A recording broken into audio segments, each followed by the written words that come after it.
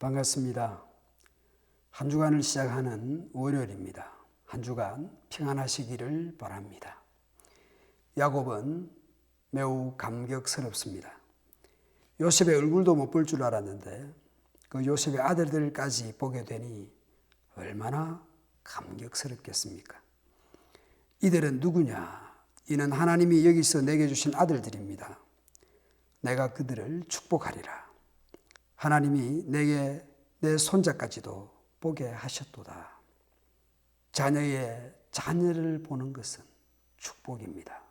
그 축복은 어디로부터 온 것입니까? 요셉이 말합니다. 하나님이 내게 주신 아들들입니다. 야곱도 그렇게 말합니다. 11절에 보면 하나님이 내게 내 손자까지도 보게 하셨도다. 하나님이 주신 아들들입니다. 하나님이 주신 아들의 아들들입니다. 이것은 야곱이 에서에게 했던 말이기도 합니다. 하나님이 주의 종에게 은혜로 주신 자식들입니다. 시편에서도 그렇게 표현을 합니다. 보라, 자식들은 여호와의 기업이요 태의 열매는 그의 상급이로다. 물론 사춘기를 지낼 때에 때로는 자녀 때문에 속상한 일이 있습니다. 그러나 원칙, 분명한 사실은 하나님의 상급이요 하나님의 주신 기업입니다. 처음 이름을 지었을 때에 요셉은 그런 의식이 있었습니다.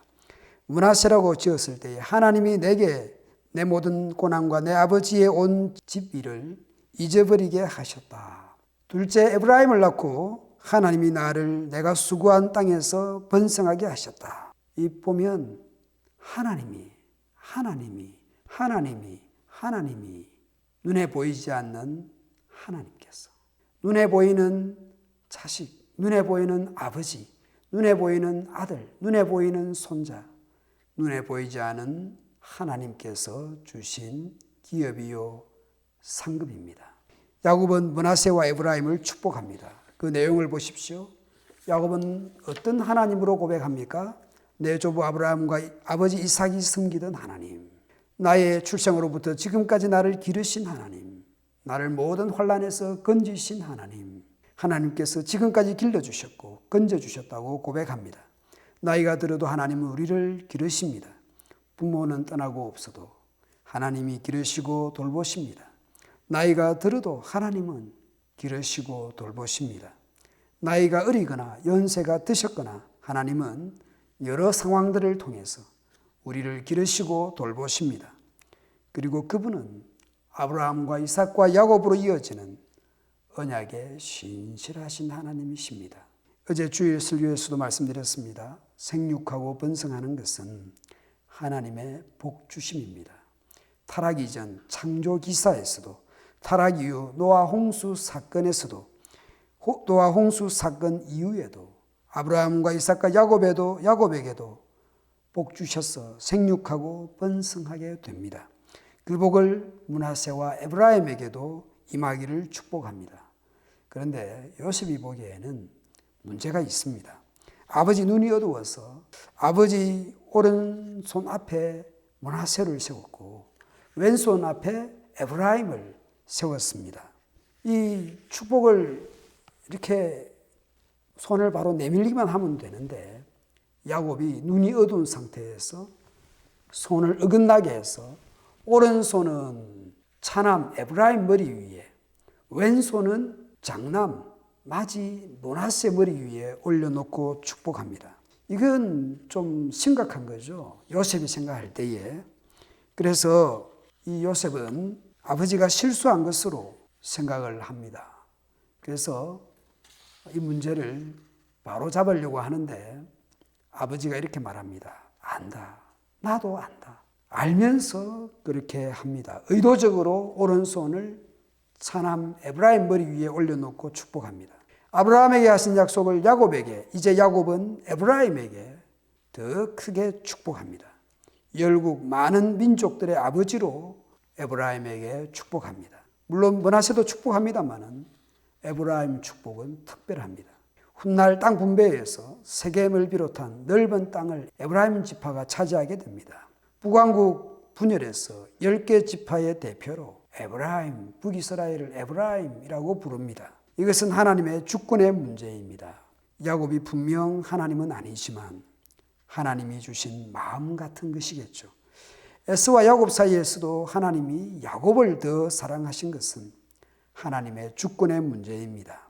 우리는 때로는 충분히 이해할 수 없는 그런 영역들이 있습니다.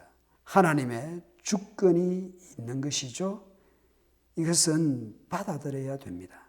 내 이해 안에 모든 것이 들어와야 하는 것이 아닙니다. 하나님의 주권, 하나님의 섭리라고 하는 것은 우리가 우리의 이해 안에 다 담아낼 수가 없습니다. 흐릿한 아버지, 총명한 아들, 한번 생각을 해보십시오. 그러면 흐릿한 아버지는 누구 말을 들어야 됩니까? 총명한 아들, 딸의 말을 들어야 됩니다. 이제 나이가 들어서 뭔가 흐릿하고 자꾸 뭘 까먹고 그렇게 할 때는 아들이나 딸이나 며느리나 사위의 말을 들어야죠.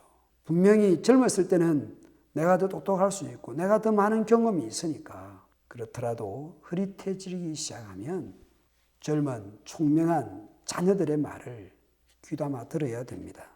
그러나 때로는 젊고 총명한 아들이, 자녀들이 육신의 흐릿한 아버지의 말을 귀담아 들어야 될 경우도 있습니다.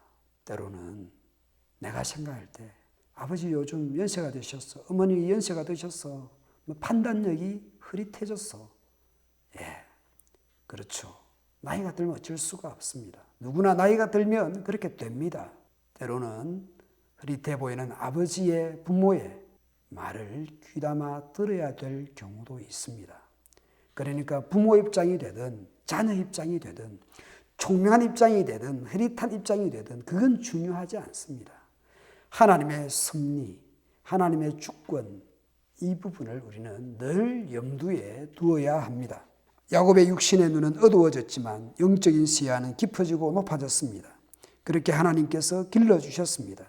우리 모두 시간이 지나가면 육신은 약하여 갈 수밖에 없습니다. 그럼에도 불구하고 영적인 건강은 더욱 강건해지고 육신의 시야는 짧아지고 또 흐릿해질지라도 영적인 시야는 멀리까지 하늘에까지 바라볼 수 있어야 할 것입니다.